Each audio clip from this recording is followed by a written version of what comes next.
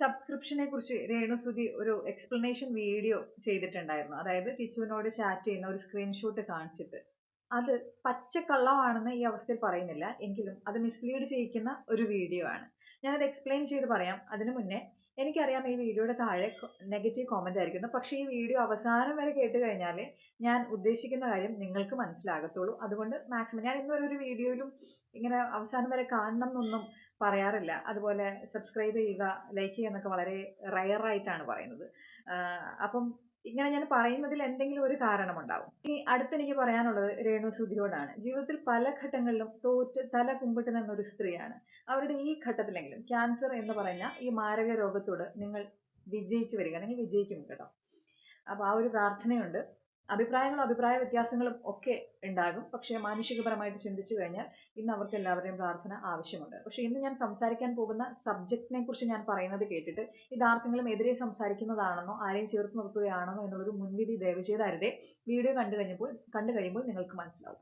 കിച്ചു എന്ന് പറയുന്ന ആളെ എല്ലാവർക്കും അറിയാം. കൊല്ലം സുധിയുടെ മകനാണ്, രേണു സുധിയുടെ വളർത്തു മകനാണ്. കഴിഞ്ഞ ദിവസം അവനൊരു വീഡിയോ ഇട്ടിട്ടുണ്ടായിരുന്നു. അതാണ് ഇത്രയധികം കോൺട്രവേഴ്സിക്ക് പിന്നിലുണ്ടായത്.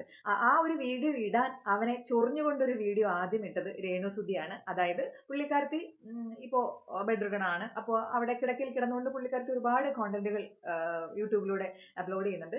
അതിൽ ഒരു വീഡിയോയ്ക്കിടയിൽ പുള്ളിക്കാരത്തി ഇങ്ങനെ പറഞ്ഞു, അതൊരു ഷോർട്ട് വീഡിയോ ആയിട്ടും കൂടി അപ്ലോഡ് ചെയ്തു എന്നുള്ളതാണ് എന്നെ അതിശയിപ്പിച്ചത്. അതിൽ പുള്ളിക്കാരത്തി പറയുന്നത്, ഈ ലോകത്തുള്ള എന്നെ പരിചയമുള്ള എല്ലാവരും എന്നെ കാണാൻ വന്നു, പക്ഷെ 11 വയസ്സ് മുതൽ ഞാൻ എടുത്തുകൊണ്ട് നടക്കുന്ന എൻ്റെ മകൻ മാത്രം എന്നെ കാണാൻ വന്നില്ല. അതൊരു വലിയ വാചകമായിരുന്നു, അതൊരു വലിയൊരു സ്റ്റേറ്റ്മെന്റ് ആയിരുന്നു. അത് പുള്ളിക്കാരത്തി പുറത്തേക്ക് വിട്ടു. ഈ വീഡിയോ ഭയങ്കര വൈറലായി കഴിഞ്ഞതോടുകൂടി കിച്ചുവിൻ്റെ യൂട്യൂബിലാണെങ്കിലും ഇൻസ്റ്റഗ്രാമിലെ കോമൻറ്റ് സെക്ഷനിലാണെങ്കിലും അവനെ കുറ്റപ്പെടുത്തി ഒരുപാട് ആളുകൾ ചോദ്യം ചെയ്യാൻ തുടങ്ങി. മനസ്സിലായില്ലേ? രേണുസുതിയോട് ഇഷ്ടമില്ലാത്ത ആളുകൾക്ക് പോലും ഇപ്പോൾ രേണുസുതിയുടെ അവസ്ഥകൾ കണ്ട് അവരോട് ഒരു അനുകമ്പ തോന്നി തുടങ്ങി, ഇഷ്ടമായി തുടങ്ങി. അത് മുഖേന കിച്ചുവിന് നല്ല രീതിയിലുള്ള ബുള്ളിങ് ഉണ്ട്. നിനക്ക് നന്ദിയില്ല, നീ എന്താ ഒന്ന് പോയി കാണാഞ്ഞത് എന്നുള്ള ചോദ്യങ്ങൾ, അതായത് ബുള്ളിങ് സഹിക്കാതെ വന്നപ്പോൾ ഈ കുഞ്ഞ് തീരുമാനിച്ചു അമ്മയെ പോയി കാണാമെന്ന്. അപ്പോൾ അതിന് മുന്നോടിയായിട്ട് അവനും ഒരു കൂട്ടം അവനും കാണിച്ചു. അതായത് സോഷ്യൽ മീഡിയയിലൂടെ ആണല്ലോ രേണുസുതി എന്ന വളർത്തമ്മ കുറ്റപ്പെടുത്തിയത്. അപ്പം ആ വളർത്തമ്മയെ കാണാൻ പോകുന്നതും സോഷ്യൽ മീഡിയയിലൂടെ പറഞ്ഞിട്ടാകാം എന്ന് വിചാരിച്ച് അവനും ഒരു വീഡിയോ ചെയ്തു. അതായത് ഇനിയിപ്പോൾ എല്ലാവരുടെയും പരിഭവം എന്താ പിണക്കം അങ്ങ് മാറ്റി കൊടുക്കാം, ഞാൻ പോയി കാണാം, അപ്പോൾ പോയി കണ്ടിട്ട് വരാമല്ലേ എന്നുള്ള രീതിയിൽ ഒരു വീരവാദം. അപ്പം ഞാനിങ്ങനെ ചിന്തിക്കുകയാണ്, ഒരു ക്യാൻസർ രോഗബാധിതയായിട്ടുള്ള വളർത്തമ്മ എന്ന് മാറ്റിവെക്കുക, ഒരു സ്ത്രീയെ കാണാൻ പോകുന്നതിന് മുന്നായിട്ട് ആ ഒരു വീരവാദത്തിൻ്റെ ആവശ്യമില്ലായിരുന്നു എന്നൊരു ഭാഗം ചിന്തിക്കുമ്പോൾ എൻ്റെ മനസ്സിൻ്റെ ഒരു പകുതി പറയുന്നു, അവനൊരു കൗമാരപ്രായക്കാരനായിട്ടുള്ള കുട്ടിയാണ്, അവൻ്റെ സാഹചര്യം കൂടെ നമ്മൾ മനസ്സിലാക്കണം. അവനെ സോഷ്യൽ മീഡിയയിലൂടെ വന്ന് ചൊറിഞ്ഞു, അവൻ തിരിച്ചു കൊടുത്തു, കാരണം അവൻ്റെ പ്രായം അതാണ്. എന്താണെന്ന് ചോദിച്ചാൽ പോടാന്ന് പറയുന്ന ഒരു പ്രായമാണത്. അപ്പോൾ അവൻ അങ്ങനെ ചെയ്തു. പക്ഷെ അവൻ ആ വീഡിയോ ഇട്ടത് രേണുസുതിക്ക് ഇഷ്ടപ്പെട്ടില്ല.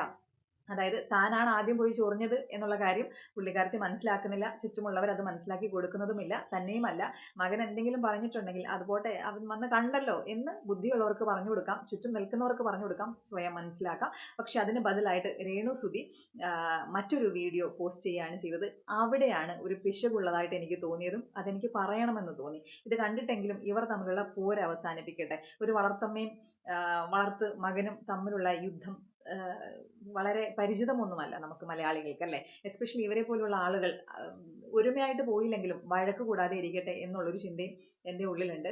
അപ്പോൾ രേണുസുതി ആ കാണിച്ച വീഡിയോ ഞാൻ ഇവിടെ എവിടെയെങ്കിലും ഒന്ന് അറ്റാച്ച് ചെയ്യാം കേട്ടോ. അപ്പോൾ ഈ വീഡിയോ കണ്ടതിൽ നിങ്ങൾക്ക് എന്ത് മനസ്സിലായി? രേണുസുതി പറയാണ്, എൻ്റെ പൊന്നു മോനെ, നീ സബ്സ്ക്രിപ്ഷന് അനുവാദം തന്നതുകൊണ്ടാണല്ലോ ഞാനത് ചേർന്നത്. എന്നിട്ട് ആ ചാറ്റ് കാണിക്കുകയാണ്. ചാറ്റിൽ എഴുതിയിരിക്കുന്നത്, കിച്ചു ഞാൻ സബ്സ്ക്രിപ്ഷൻ തുടങ്ങിയിട്ടോ, 500 സബ്സ്ക്രിപ്ഷൻ കഴിഞ്ഞു കേട്ടോ. കിച്ചുവിൻ്റെ റിപ്ലൈ, ഓക്കെ ഗുഡ്. അപ്പം ഇത് ഒരു അനുവാദമായിട്ട് നിങ്ങൾക്ക് ആർക്കെങ്കിലും തോന്നുന്നുണ്ടോ? അനുവാദം ചോദിക്കുക എന്ന് പറഞ്ഞു കഴിഞ്ഞാൽ അനുവാദം ചോദിക്കാൻ നിൽക്കുന്ന ആൾക്ക് അനുവാദം കിട്ടണം, അല്ലേ? ഒന്നുകിൽ വേണമെന്നോ വേണ്ട എന്നുള്ള അനുവാദം കിട്ടണം. ഇത് അനുവാദം ചോദിക്കലായിട്ട് നിങ്ങൾക്ക് തോന്നിയോ? മോനെ, ഞാൻ സബ്സ്ക്രിപ്ഷൻ തുടങ്ങി. സബ്സ്ക്രിപ്ഷൻ എന്ന് പറഞ്ഞാൽ എക്സ്ക്ലൂസീവ് കോണ്ടന്റുകൾ, എക്സ്ക്ലൂസീവ് ആയിട്ടുള്ള വീഡിയോസ്, അല്ലേ? അപ്പോൾ അതിനുള്ള അനുവാദം ചോദിച്ചുകൊണ്ടുള്ള ഈ ചാറ്റ് കാണിക്കുകയാണ്. അത് അനുവാദമല്ല, അതൊരു അറിയിപ്പാണ്. സബ്സ്ക്രിപ്ഷന്റെ ചാറ്റ് മാത്രം ഞാൻ കാണിക്കാം. ഓക്കെ, ഞാൻ കിച്ചുനോട് പറഞ്ഞു, ഞാൻ നിങ്ങളെ കാണിക്കാം. കിച്ചു സാർ, ഞാൻ സബ്സ്ക്രിപ്ഷൻ തുടങ്ങി. അപ്പോൾ ഒരു സ്മൈലിയുടെ ചിഹ്നം കേട്ടോ. കിച്ചു, ആഹാ, അപ്പോൾ ഞാൻ 500 സബ് കഴിഞ്ഞു കേട്ടോ. തുടങ്ങി അന്നാണ് നിങ്ങൾ ഓർത്തോണം, എൻ്റെ തുടങ്ങി അന്ന് 500 സബ് കഴിഞ്ഞു കേട്ടോ. അപ്പോൾ കിച്ചു എന്താ എന്നോട് പറഞ്ഞ മറുപടി, നിങ്ങൾ മേലെ ഇത് ചെയ്യരുതെന്നല്ല പറഞ്ഞത്, നിങ്ങൾ ഇനി ഒരിക്കലും ചെയ്യരുതെന്ന് കിച്ചു അന്ന് എന്നോട് പറയുമായിരുന്നില്ല. മോനെ കിച്ചു, അമ്മ സബ്സ്ക്രിപ്ഷൻ തുടങ്ങത്തില്ല. പക്ഷെ മോൻ എന്നാ പറഞ്ഞറിയോ? ഗുഡെന്ന്. അതിനുശേഷം ഞാൻ 600 കഴിഞ്ഞു, 150 രൂപയാണ്. അപ്പോൾ കിച്ചു പറയാട്ടാ 150. നിങ്ങൾ കണ്ടോ? നിങ്ങൾ കണ്ടോ? ചാറ്റ് കണ്ടോ? നിങ്ങൾ ചാറ്റ് കാണും. ദേ കിച്ചു സാൻ. ഞാൻ കുറച്ചുകൂടെ രേണുസുതിക്കാണെങ്കിലും എല്ലാവർക്കും മനസ്സിലാകാവുന്ന രീതിയിൽ ഒരു ഉദാഹരണം പറയാം. രേണുസുതി ഒരു 10th 11th 12th പഠിക്കുന്ന ഒരു കുട്ടിയാണെന്ന് ഓർക്കുക. നിങ്ങളുടെ പഠിക്കുന്ന സ്കൂളിൽ നിന്നും ഊട്ടിയിലേക്ക് ഒരു ട്രിപ്പ് പോകാൻ പ്ലാൻ ചെയ്തു. പക്ഷേ നിങ്ങൾ നിങ്ങളുടെ വീട്ടിൽ അത് പറഞ്ഞില്ല. പക്ഷേ ട്രിപ്പ് പോകുന്ന ദിവസം ബാക്കി ഉള്ളവരുടെ കൂടെ നിങ്ങൾ ടൂർ പോയി. അപ്പോൾ ഊട്ടിയിലേക്ക് ആണ് പോകുന്നത്. കോയമ്പത്തൂർ എത്തിക്കഴിഞ്ഞപ്പോൾ നിങ്ങൾ നിങ്ങളുടെ മാതാപിതാക്കളെ വീട്ടിലേക്ക് വിളിച്ചിട്ട് പറഞ്ഞു, അമ്മ ഞങ്ങളുടെ സ്കൂളിൽ നിന്ന് ട്രിപ്പ് പോകുന്നുണ്ടേ, ഞാൻ ദേ ട്രിപ്പിന് ഇറങ്ങി കോയമ്പത്തൂർ എത്തി, ഞാൻ പൊക്കോട്ടെ എന്ന് ചോദിച്ചു കഴിഞ്ഞാൽ നിങ്ങളുടെ വീട്ടിൽ നിന്ന് അനുവാദം കിട്ടുമോ അതോ പടി അടച്ച് പിണ്ടം വയ്ക്കുമോ? അല്ല, ഓരോ നാടിൻ്റെയും ശീലങ്ങൾ നമുക്ക് അറിയാത്തത് കൊണ്ട് ചോദിച്ചത്. അതിനെ ഒരു അനുവാദമായിട്ട് ആ മാതാപിതാക്കൾ കണക്കാക്കുകയാണെങ്കിൽ ശരിയാണ്. രേണുസുതി ഇതിനെയും ഒരു അനുവാദമായിട്ട് ഒരു കൺസിഡർ ചെയ്തിട്ടുണ്ടായിരിക്കാം. പക്ഷെ കാഴ്ചക്കാരായ നമുക്ക് ഇതൊക്കെ പുത്തിരിയാണ്. മനസ്സിലായോ? ഒരു കാര്യം ചെയ്തിട്ട് ഒരാളോട് അനുവാദം ചോദിക്കുന്നത് അനുവാദമല്ല, അറിയിപ്പാണ്. ഈ കല്യാണം വിളിക്കുന്നത് കണ്ടിട്ടില്ലേ? കല്യാണമൊക്കെ ഫിക്സ് ചെയ്ത് കുടുംബക്കാർ കൂടി തീരുമാനിച്ചതിന് ശേഷം നാട്ടുകാരോട് അറിയിക്കും, ഞാൻ കല്യാണം കഴിക്കാൻ പോവുകയാണ്, ഡേറ്റ് ഇന്ന ദിവസമാണ്, ഇന്ന സ്ഥലത്താണ്, നിങ്ങൾ വരണം. അപ്പോൾ ഇതൊരറിയിപ്പായിരുന്നു. ഈ ഒരു അറിയിപ്പാണ് കിച്ചുവിന് ഇട്ടുകൊടുത്തത്. അനുവാദമായിരുന്നുവെങ്കിൽ സബ്സ്ക്രിപ്ഷൻ തുടങ്ങണമെന്ന് നിങ്ങൾ മനസ്സിൽ വിചാരിച്ചപ്പോൾ തന്നെ ആ മകനോട് ചോദിക്കുമായിരുന്നു. എന്നിട്ട് അവൻ്റെ ആൻസർ, അനുവാദം ചോദിക്കുക എന്ന് പറഞ്ഞാൽ ആൻസർ അപ്പുറത്തുനിന്ന് കിട്ടണം അല്ലേ? അപ്പോൾ അത് കിട്ടിയതിന് ശേഷം മാത്രമേ നിങ്ങൾ തുടങ്ങത്തുള്ളായിരുന്നു.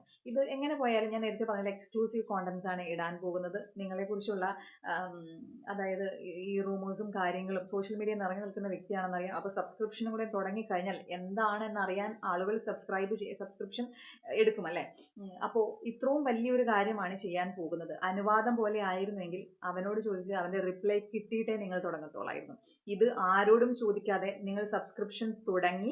ആ ചാറ്റിൽ നോക്കിക്കഴിഞ്ഞാൽ വ്യക്തമായിട്ട് മനസ്സിലാകും 500 സബ്സ്ക്രിപ്ഷൻ എത്തി മോനെ എന്നുള്ളത് അവനെ അറിയിക്കുക ചെയ്തേ. അവനത് കേട്ടപ്പോൾ കൗമാരപ്രായക്കാരനായിട്ടുള്ള ഒരു വളർത്തുമകൻ എന്താണ് പറയേണ്ടത്? ഓൾറെഡി നിങ്ങൾ ചെയ്തു.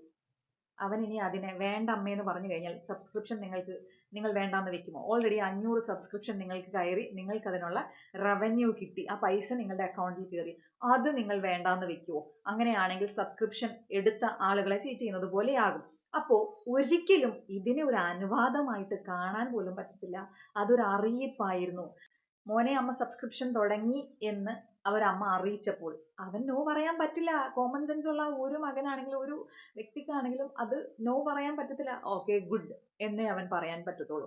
അവൻ നല്ല രീതിയിൽ അത് മറുപടി കൊടുത്തു. ആ മറുപടി കൊടുക്കുന്ന സമയത്ത് പോലും അവൻ വിചാരിക്കുന്നില്ല അമ്മ സബ്സ്ക്രിപ്ഷൻ കോണ്ടന്റുകൾ, എക്സ്ക്ലൂസീവ് കോണ്ടന്റുകൾ ഈ രീതിയിലൊന്നും, അതായത് കുറേ ലീക്ഡ് വീഡിയോസ് ഉണ്ട് രേണുസുതിയുടെ, ആ രീതിയിൽ തൻ്റെ വളർത്തമ്മ എക്സ്ക്ലൂസീവ് ആയിട്ടുള്ള കോണ്ടന്റുകൾ ഇട്ട് കൊടുക്കുമെന്ന് അവന് ഒരു ഉറപ്പില്ലായിരുന്നു. നേരെ മറിച്ച് അവന് ഉറപ്പായിരുന്നു അമ്മ അങ്ങനെ ചെയ്യില്ല എന്ന്. അതാണ് അവൻ ഗുഡ് എന്ന് പറഞ്ഞത്. മനസ്സിലായില്ലേ? പക്ഷേ ദിവസങ്ങൾക്ക് ശേഷം രേണുസുതിയുടെ ഈ ലീക്ഡ് കോണ്ടന്റുകൾ പുറത്തേക്ക് വരാൻ തുടങ്ങി. അതിൽ നിന്ന് മനസ്സിലാകുന്ന ഒരു കാര്യമുണ്ട്, ലീക്ക് ആക്കാൻ വേണ്ടിയിട്ട് ഒരുപാട് പേർ സബ്സ്ക്രിപ്ഷൻ ഏറ്റെടുത്തു. കാരണം രേണുസുതിയെ കുറിച്ച് ഒരുപാട് ആളുകൾ അപവാദങ്ങൾ പറയുന്നുണ്ട്. അവരങ്ങനെ ചെയ്യുന്നു ഇങ്ങനെ ചെയ്യുന്നു എന്ന് പറയുന്നത്. രേണുസുതി എന്ന് പറയുന്നത് ഞാൻ അങ്ങനെ ചെയ്യുന്നില്ല എന്ന്. അപ്പോൾ ഇതിൻ്റെ യഥാസ്ഥിതി എന്ത് എന്ന് മനസ്സിലാക്കാൻ വേണ്ടിയിട്ട് മാത്രം സബ്സ്ക്രിപ്ഷൻ എടുക്കുന്ന ഒരുപാട് പേർ ഉണ്ടാകും എന്നുള്ള കാര്യം ഒന്നും രേണുസുതി ചിന്തിക്കുന്നില്ല. അതുകൊണ്ടാണ് കോണ്ടന്റുകൾ ലീക്കായത്. ഈ മകൻ ഈ ലീക്ഡ് വീഡിയോ കണ്ടു കഴിഞ്ഞപ്പോഴുള്ള അവൻ്റെ അവസ്ഥയെക്കുറിച്ച് ആരെങ്കിലും ചിന്തിച്ചിട്ടുണ്ടോ? കൗമാരപ്രായക്കാരനാണ്, ഞാനത് എപ്പോഴും പറഞ്ഞ് വെറുപ്പിക്കുന്നില്ല. അവൻ്റെ പിതാവില്ല, അവനെ പ്രസവിച്ച അമ്മയില്ല. അവൻ അറിവുള്ള പ്രായം മുതൽ അവൻ്റെ അമ്മ എന്ന് പറഞ്ഞ് ചൂണ്ടിക്കാണിച്ചിരിക്കുന്നത് രേണുസുതിയാണ്. ആ ഒരു റെസ്പെക്റ്റാണ് അവൻ കൊടുത്തിരുന്നത്. എന്തൊക്കെയോ കാരണങ്ങളാൽ അതിൽ ചില പോറലുകൾ വീണു എന്ന് വെച്ചാൽ പോലും അവൻ അമ്മേ എന്ന് തന്നെയാണ് ആ ചാറ്റിൽ അവരെ അഭിസംബോധന ചെയ്യുന്നത്. മനസ്സിലായില്ലേ? അപ്പോൾ ഈ ലീക്ഡ് വീഡിയോ കണ്ടു കഴിഞ്ഞപ്പോൾ അവൻ അയച്ച ചാറ്റും അവൻ കാണിക്കുന്നുണ്ട്. അവനൊരു രാത്രി ഉറങ്ങാൻ പറ്റിയില്ല എന്നുള്ളത്. അവൻ്റെ നിലനിൽപ്പും നമ്മൾ ചിന്തിക്കേണ്ടതാണ്. അതിനൊക്കെ അപ്പുറത്തേക്ക് രേണുസുതി മനസ്സിലാക്കേണ്ട ഒരു കാര്യമുണ്ട്. ഒരു വളർത്തുമകന് ഇത്രയധികം വേദന ആ കോണ്ടന്റുകൾ കണ്ടപ്പോൾ ഉണ്ടായിട്ടുണ്ടായിരുന്നുവെങ്കിൽ യഥാർത്ഥ മകൻ, അതായത് റിദ്ധപ്പൻ വളർന്ന് 18 വയസ്സ് അല്ലെങ്കിൽ 19 വയസ്സുള്ളപ്പോഴായിരുന്നു രേണുസുതി ഇങ്ങനെ സബ്സ്ക്രിപ്ഷൻ തുടങ്ങിയതിന് ശേഷം മോനെ അമ്മ സബ്സ്ക്രിപ്ഷൻ തുടങ്ങി 500 സബ്സ്ക്രിപ്ഷൻ പൈസ കയറി കേട്ടോ എന്ന് പറഞ്ഞിരുന്നത് റിദ്ധപ്പനോടായിരുന്നുവെങ്കിൽ റിദ്ധപ്പൻ രേണുസുതിയെ വച്ചേക്കില്ലായിരുന്നു. കാരണം കിച്ചുവിനറിയാം, കിച്ചു വളർന്നു വന്നപ്പോൾ മുതൽ ഇത് രണ്ടാനമ്മ എന്നാണ് കേട്ട് വളർന്നേക്കുന്നത്. കിച്ചുവിന് ചെറുപ്പം മുതൽ അറിയാം ഇതെൻ്റെ സ്വന്തം അമ്മയല്ല, രണ്ടാനമ്മയാണ്. അപ്പം ആ ഒരു അകൽച്ച എങ്ങനെയാണെങ്കിലും ഉണ്ടാകും. സ്നേഹം പ്രകടിപ്പിക്കും, പക്ഷെ അകൽച്ച എങ്ങനെയാണെങ്കിലും ഉണ്ടാകും. അതുകൊണ്ട് തന്നെ ചില വാക്കുകൾ അതിരുവിട്ട് സംസാരിക്കാൻ പറ്റിയെന്ന് വരില്ല. പക്ഷെ സ്വന്തം മകനായിരുന്നെങ്കിൽ അറുത്ത് മുറിച്ച് കാര്യം പറയുകയും ചെയ്തേനെ, സബ്സ്ക്രിപ്ഷനും ഫോണും എല്ലാം കൂടി അപ്പുറത്ത് തോട്ടി കിടക്കുകയും ചെയ്തിരുന്നുമായിരുന്നു. അപ്പോൾ കിച്ചു ഇങ്ങനെ പറഞ്ഞു എന്നുള്ളതിനെ വലിയൊരു പ്രശ്നമാക്കി രേണുസുതി കൊണ്ടുവന്നത് തെറ്റ്. അതായത് ആ പ്രശ്നത്തെ, അതായത് കിച്ചു ആണ് ഇവിടുത്തെ പ്രശ്നം, താനല്ല. കിച്ചു അനുവാദം തന്നതുകൊണ്ടാണ് താൻ മോശകരമായിട്ടുള്ള പ്രവൃത്തി ചെയ്തത് എന്ന് ചെറിയൊരു പയ്യന്റെ മുകളിൽ താൻ ചെയ്ത തെറ്റിനെ കൊണ്ടുവയ്ക്കുന്നതും പക്വതയുള്ള ഒരു സ്ത്രീക്ക് ചേർന്നതല്ല, ഒരമ്മയ്ക്ക് അത് ചേർന്നതല്ല. നിങ്ങൾ തെറ്റ് ചെയ്തു, അതിന്റെ ഉത്തരവാദിത്വം മുഴുവൻ കിച്ചുവിന്റെ തലയിൽ കൊണ്ടുവയ്ക്കുന്നത് പോലെയാണ് ആ വീഡിയോ കണ്ടു കഴിഞ്ഞാൽ. എൻ്റെ പൊന്നുമോനെ, നീ അനുവാദം തന്നതുകൊണ്ടല്ലേ അമ്മ അത് ചെയ്തത്. അതായത് ആ പറച്ചിൽ കേട്ടാൽ തോന്നും ഈ ചെറിയ കുട്ടി, അതായത് കിച്ചു അവർക്ക് അനുവാദം കൊടുത്തു അതുകൊണ്ട് ചെയ്തു. അല്ല, ആ ചാറ്റിൽ വെണ്ടയ്ക്ക അക്ഷരത്തിൽ എഴുതി വെച്ചിട്ടുണ്ട്, നിങ്ങളത് ഞങ്ങളെ കേൾപ്പിക്കുന്നുണ്ട്, മോനെ അമ്മ സബ്സ്ക്രിപ്ഷൻ തുടങ്ങി, 500 സബ്സ്ക്രിപ്ഷൻ കയറി, പൈസ കയറി കേട്ടോ. അതൊരു അറിയിപ്പാണ്. എല്ലാം ഫിക്സ് ചെയ്ത് ആ കാര്യത്തിലേക്ക് ഇൻവോൾവ് ആയതിനു ശേഷം ഒന്ന് അറിയിക്കുകയാണ്. അതൊരു ചടങ്ങാണല്ലോ അറിയിക്കേണ്ടത്. ആ ഒരു അറിയിപ്പ് അറിയിച്ചു. അതവന് കൃത്യമായിട്ട് മനസ്സിലായി. അതിനു വേണ്ടിയിട്ട് അവൻ മാന്യമായിട്ടുള്ളൊരു ഉത്തരം അവിടെ കൊടുക്കുകയും ചെയ്തു. അപ്പോഴൊന്നും അവൻ്റെ ചിന്തകളില്ലായിരുന്നു അമ്മ ഈ രീതിയിലുള്ള വീഡിയോസ് കോണ്ടന്റുകളായിട്ട് കൊടുക്കുമെന്നുള്ളത്. മനസ്സിലായില്ലേ? അപ്പം രേണുസുതി മനസ്സിലാക്കേണ്ട ഒരു കാര്യം എന്ന് പറഞ്ഞാൽ, സ്വന്തം മകനോടായിരുന്നു ഇത് ചെയ്തിരുന്നെങ്കിൽ സ്വന്തം മകൻ ഇതിനപ്പുറം പറയുമായിരുന്നു, കാണിക്കുമായിരുന്നു, പ്രവർത്തിക്കുമായിരുന്നു. കാരണം സ്വന്തം മക്കൾക്ക് ഇതൊരിക്കലും പൊറുക്കാൻ പറ്റില്ല. നിങ്ങളൊന്ന് ചിന്തിച്ച് നോക്കിയേ. എന്നെ കേൾക്കുന്ന ആളുകളാണെങ്കിൽ സ്വന്തം ആൺമക്കളോട് അമ്മ സബ്സ്ക്രിപ്ഷൻ തുടങ്ങിയെന്ന് പറഞ്ഞാൽ ആൺമക്കൾ എന്തായിരിക്കും ചെയ്യാൻ പോകുന്നത്? ഒന്നിൽ അവർ നാട് വിട്ടുപോകും. ഈ മകൻ ചാറ്റിൽ എഴുതി, അമ്മ എനിക്ക് ഒരു രാത്രി കണ്ണ് അടയ്ക്കാൻ പറ്റുന്നില്ല, ഉറങ്ങാൻ പറ്റുന്നില്ല. അത് അവൻ്റെ അഭിമാന പ്രശ്നമാണ്. അവൻ്റെ അമ്മ എന്ന് ഈ ലോകം അറിയപ്പെടുന്ന ഒരു സ്ത്രീയുടെ ലീക്ഡ് വീഡിയോസ് ആണ് ഈ കിടന്ന് കറങ്ങുന്നത്. അത് അവനെ സംബന്ധിച്ച് അവന് പുറത്തു പോലും ഇറങ്ങാൻ പറ്റാത്ത, പുറത്ത് അറിയിക്കാൻ പറ്റാത്ത വിഷമങ്ങൾ അവൻ ഉണ്ടാക്കിയ ഒരു സംഭവമായതുകൊണ്ടും അവൻ അതിനെ വളരെ മാന്യമായിട്ട് ഡീൽ ചെയ്തു. കാരണം അവൻ വളർത്തുപുത്രനാണ്. പക്ഷേ യഥാർത്ഥ മകനായിരുന്നുവെങ്കിൽ കാര്യങ്ങൾ ഇപ്പോൾ കയ്യിൽ നിൽക്കില്ലായിരുന്നു. ഈ രേണുവിനെതിരെ സംസാരിക്കുന്ന ആളുകൾക്ക് സംസാരിക്കാൻ ഇതിനപ്പുറം സംഭവങ്ങൾ കിട്ടിയതുമായിരുന്നു. രേണുവിൻ്റെ ശത്രുപക്ഷത്തേക്ക് രേണു വളർത്തിയ അല്ലെങ്കിൽ പ്രസവിച്ച മകൻ എത്തുമായിരുന്നു.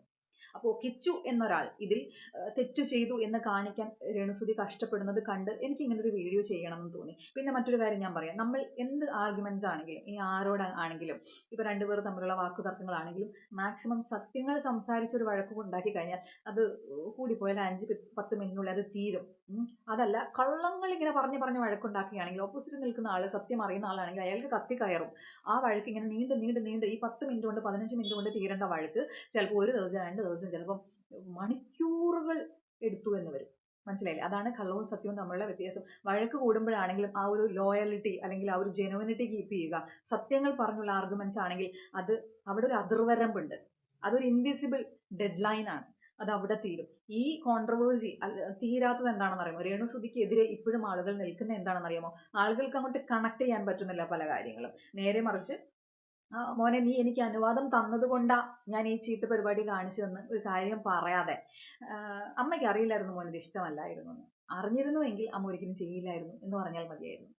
മനസ്സിലായില്ലേ? ആ ഒരു ചാറ്റ് അവിടെ കൊണ്ട് പ്രസൻറ്റ് ചെയ്തത് വളരെ മോശമായിട്ട് എനിക്ക് തോന്നി. അതിനപ്പുറത്തേക്ക് എനിക്ക് അവരോട് പ്രത്യേകിച്ച് അഭിപ്രായ വ്യത്യാസങ്ങളൊന്നുമില്ല. ഞാൻ ആദ്യം പറഞ്ഞതുപോലെ എല്ലായിടത്തും തോറ്റ് ആണ് അവർ വരുന്നതെന്ന് എനിക്ക് തോന്നി. ഈ ഒരു സാഹചര്യത്തെ അവർ ജയിച്ചു വരും. നല്ലൊരു സർവൈവറായിട്ട് അവർ തിരിച്ചു വരും. അവർക്കും ജീവിക്കണം ഈ ഭൂമിയിൽ. പക്ഷേ നമ്മൾ ഒരിക്കലും ഒരു കുഞ്ഞിനെ ബലിയാടാക്കരുത്. ഒരു 18 വയസ്സുള്ള ഒരു കുഞ്ഞ് അനുവാദം കൊടുത്തു, എക്സ്ക്ലൂസീവ് കോണ്ടന്റുകൾക്ക് അനുവാദം കൊടുത്തു എന്ന് വിളിച്ചു പറയുമ്പോൾ ഈ സോഷ്യൽ മീഡിയ അധികം യൂസ് ചെയ്യാത്ത സാധാരണക്കാരായിട്ടുള്ള ആളുകൾ വിചാരിക്കും അവൻ എന്ത് ചെക്കനാണ്, അവരെന്തിനാ ഇതിനൊക്കെ അനുവാദം കൊടുക്കുന്നതെന്ന് ആലോചിക്കും. അതിനപ്പുറത്തേക്ക് രേണുസുതി മനസ്സിലാക്കേണ്ട കാര്യം, കിച്ചു എന്ന അതായത് വളർത്തുമകനായതുകൊണ്ടാണ് ഈ പ്രശ്നം എങ്ങനെയെങ്കിലും പോകുന്നത്. അത് താങ്കളുടെ സ്വന്തം മകനായിരുന്നു, ഋതപ്പനായിരുന്നു, ഈ 18 വയസ്സിൽ അവനായിരുന്നു ഈ അറിയിപ്പ് അനുവാദം ചോദിക്കുന്നതെങ്കിൽ അവൻ വെച്ചേക്കില്ലായിരുന്നു എന്നുള്ള കാര്യം കൂടെ രേണുസുതി ഓർക്കേണ്ടതായിട്ടുണ്ട്. അപ്പോൾ വഴക്കുകൾ എപ്പോഴും വളരെ ലോയലായിട്ട് അല്ലെങ്കിൽ വളരെ ജെനുവിനായിട്ട് അങ്ങോട്ട് പറഞ്ഞു തീർത്തു കഴിഞ്ഞാൽ, ഇപ്പോൾ കേൾക്കുന്ന ആരാണെങ്കിലും സത്യങ്ങൾ പറഞ്ഞു തീർത്തു കഴിഞ്ഞാൽ ഓക്കെ, വഴക്കുകൾ പെട്ടെന്ന് തീരാനുള്ള ചാൻസ് ഉണ്ട്. അതിനപ്പുറത്തേക്ക് ഇതിനെ സോഷ്യൽ മീഡിയയിലിട്ട് വലിച്ചു കീറി നശിപ്പിക്കേണ്ട ആവശ്യമുണ്ടോ എന്ന് ചിന്തിക്കുകയാണ്. ഈ ഒരു കാര്യത്തിൽ എനിക്ക് കിച്ചുവിനെ സപ്പോർട്ട് ചെയ്യാൻ തോന്നുകയാണ്. കാരണം ഇപ്പം ഞാനാണെങ്കിൽ ഓക്കെ ഗുഡ് എന്നേ പറയത്തുള്ളൂ. കാരണം എനിക്കത് മനസ്സിലാവും, എന്നോട് അനുവാദം ചോദിച്ചതല്ല, എന്നെ അത് അറിയിച്ചതാണ്. ഓൾറെഡി ആളത് ചെയ്തിട്ട് എന്നെ അറിയിച്ചതാണ്. അപ്പോൾ പിന്നെ ഞാൻ എന്തു ചെയ്യേണ്ടത്? ഒന്നും ചെയ്യാൻ പറ്റുന്നൊരു സംഭവമല്ല. 500 പേരുടെ കയ്യിൽ നിന്ന് സബ്സ്ക്രിപ്ഷൻ എമൗണ്ട് വാങ്ങിച്ച് തൻ്റെ അക്കൗണ്ടിലാക്കിയിട്ട് ആ സബ്സ്ക്രിപ്ഷൻ അവർ ക്യാൻസൽ ചെയ്യുമോ? അതിൽ നിന്ന് അവർ മാറുമോ? ഇല്ല. അതായത് ഈ പൈസ കിട്ടുക എന്ന് പറഞ്ഞാൽ ഒരു ഹരമാണ്. അപ്പോൾ ആ എമൗണ്ട് അവർക്കത് അത്യാവശ്യവുമാണ്. അവർ പറയുന്നുണ്ട് അവർക്ക് ഈ ഒരു അസുഖത്തെക്കുറിച്ച് നേരത്തെ ബോധമുണ്ടായിരുന്നു, അതുകൊണ്ടായിരുന്നു അവരതങ്ങനെ ചെയ്തത്. അതൊക്കെ ചിലപ്പം ലോജിക്കൽ ന്യായമായിരിക്കാം, ലോജിക്കൽ അല്ലാത്തതായിരിക്കാം. അതായത് ചെറിയ കഴിഞ്ഞ ദിവസം മിയ എന്ന് പറയുന്ന ഒരു കുഞ്ഞിനല്ലേ ഒരു ദിവസം കൊണ്ടാണ് 16.5 കോടി മലയാളികൾ സ്വരൂപിച്ചത്. ആ മലയാളികളാണ് രേണുസുധിക്ക് ചുറ്റുമുള്ളത് എന്നുള്ളൊരു കാര്യം കൂടി ഓർക്കുക. അതായത് ഈ ചില കാര്യങ്ങൾ പുറത്ത് പറയാൻ പറ്റാത്ത ഈ എക്സ്ക്ലൂസീവ് കോണ്ടന്റുകൾക്ക് അനുവാദം കൊടുത്തത് കിച്ചു ആണ് എന്നുള്ള ലേബൽ മാറ്റിവെക്കുക. ആ സ്റ്റേറ്റ്മെന്റ് ഭയങ്കര ബോറായിട്ട് തോന്നുകയാണ്. എനിക്കത് ഒട്ടും കണക്ട് ആവുന്നില്ല കേട്ടോ. നമ്മുടെ വളർത്തുമകൻ നമുക്ക് ഇതിനുള്ള അനുവാദം തന്നു എന്ന് പറഞ്ഞു കഴിഞ്ഞാൽ അവന്റെ ഡിഗ്നിറ്റി അത് ബാധിക്കും. അവൻ നാളെ ജീവിക്കേണ്ടതാണ്. ഋതപ്പനെ പോലെ അവന് ജീവിക്കേണ്ടതാണ്. അവനെ കണ്ട് വളരേണ്ട ആളാണ് ഋതപ്പൻ. അപ്പം അങ്ങനെയെങ്കിലും ഇവന്റെ ചുമലിൽ നിന്ന് ആവശ്യമില്ലാത്ത ഈ ഉത്തരവാദിത്തങ്ങൾ എടുത്തു വെച്ച് കൊടുക്കാതിരിക്കുക. രണ്ടുപേരും പാരലായിട്ട് അങ്ങോട്ട് ജീവിച്ചു പോവുക. അത്രയേ ഉള്ളൂ.